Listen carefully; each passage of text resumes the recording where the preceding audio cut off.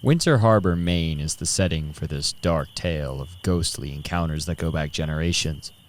The village, only 4 miles by water from Bar Harbor, seems like a world apart.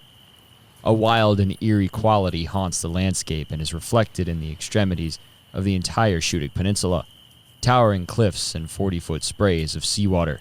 On these rugged shores lies a secret source of supernatural power, inextricably tied to the land. People live in constant fear because this ancient terror refuses to go away.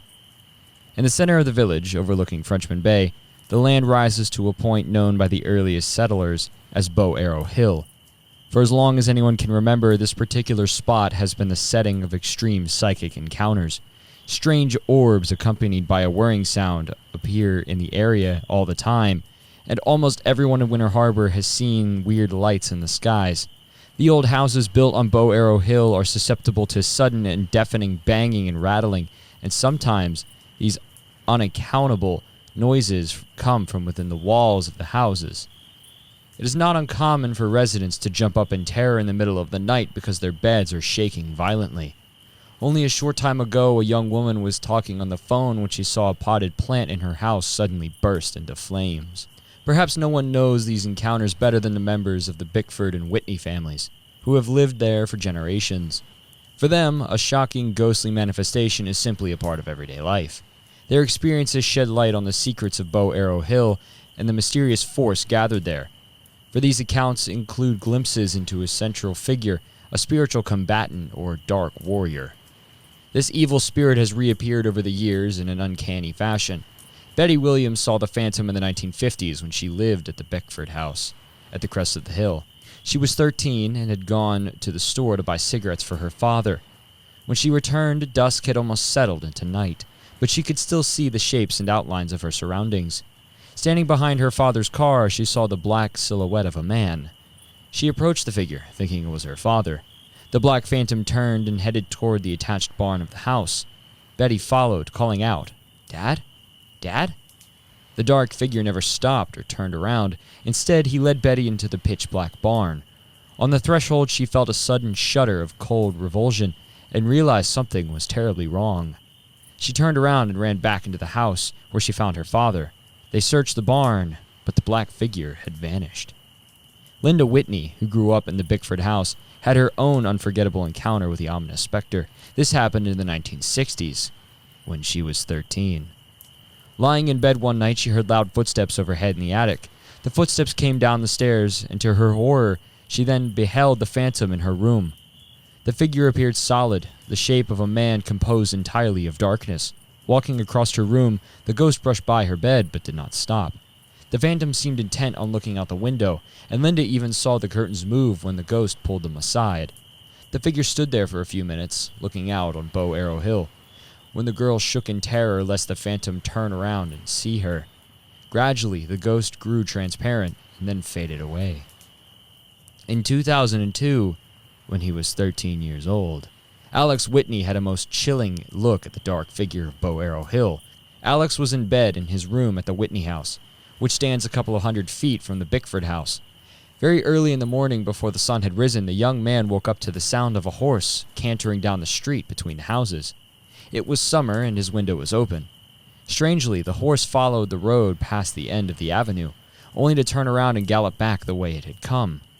At first, Alex thought his neighbor's horse had escaped its pasture and wandered into the village. Trying to go back to sleep, he lay there, listening to the horse go back and forth.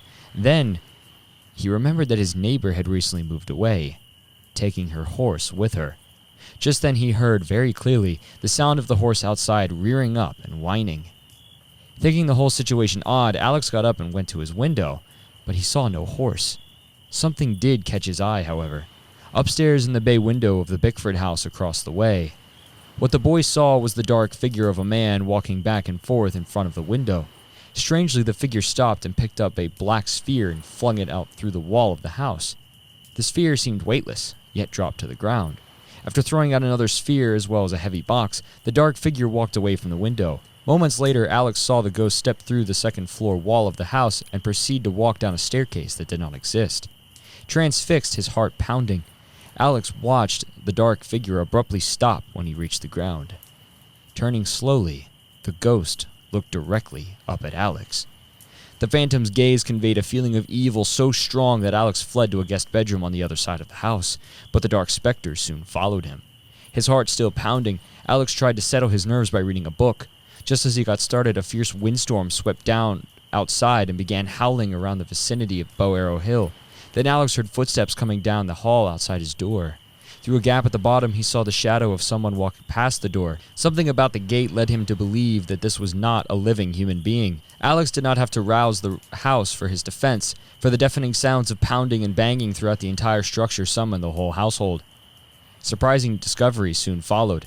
Alex was so insistent on the details of his story that members of his family went to the local historical society and dug up old pictures of the Bickford house. One photo from the time the house was built in 1891 shows a door in the spot where Alex saw the figure step through the wall of the house. For more than 60 years, this door has been completely hidden, plastered over on the inside and covered up by shingles on the outside. Old Indian trails behind Bow Arrow Hill also lend support to Alex's memory of the horse running to a point beyond the end of the road.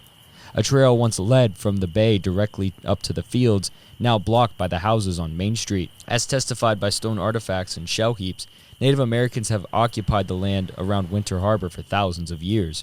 This heritage has even informed the meaning of the name Bow Arrow Hill. In the oral history of the region, this particular place was once an Indian proving ground, a place of sporting events and ancient competitions. With its history of paranormal encounters, Bow Arrow Hill was more likely a proving ground of spiritual nature. In other words, the place was one of combat and competition against supernatural entities. Prehistoric Native American culture provided a central place to the tribal shaman called the Medulim. These men and women dealt with the spirit world on a daily basis in order to provide healing, protection, and resources for their people. A central task of the shaman was proving his or her mastery over the dangerous supernatural elements. And what better place to do this than Bow Arrow Hill, a site of fearful forces? Of interest is the fact that the dark specter typically appears to people who are 13 years of age, the time when individuals go through a rite of passage into adulthood, and the age at which shamans had to prove their power of spiritual defense. Sometimes the secret lies right in the name of the place. Although Bow Arrow Hill seems to refer to a bow and arrow, the name might be describing a bowed arrow. A bowed arrow symbolizes one that can fly or swerve into another world, a different dimension, in order to track and kill its foe. Shamans from Acadia once used the bow and arrow in intricate ceremonies of exorcism. Such encounters probably took place right on Bow Arrow Hill, still plagued with intense outbreaks of the paranormal. At the center of this psychic whirlwind is the recurrence of the dark figure, a spiritual opponent, a wraith that persists in causing speechless terror. Hey guys, Reaper here. I just wanted to thank you all for either watching or listening, whether you're on YouTube or Spotify.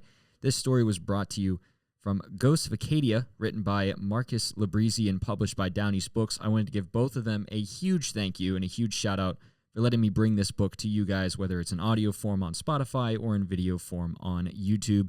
If you want to check out the book for yourself, I will leave a link down below in the description in both Spotify and on YouTube, so you can go check out the book for yourself and support the original author and original publisher.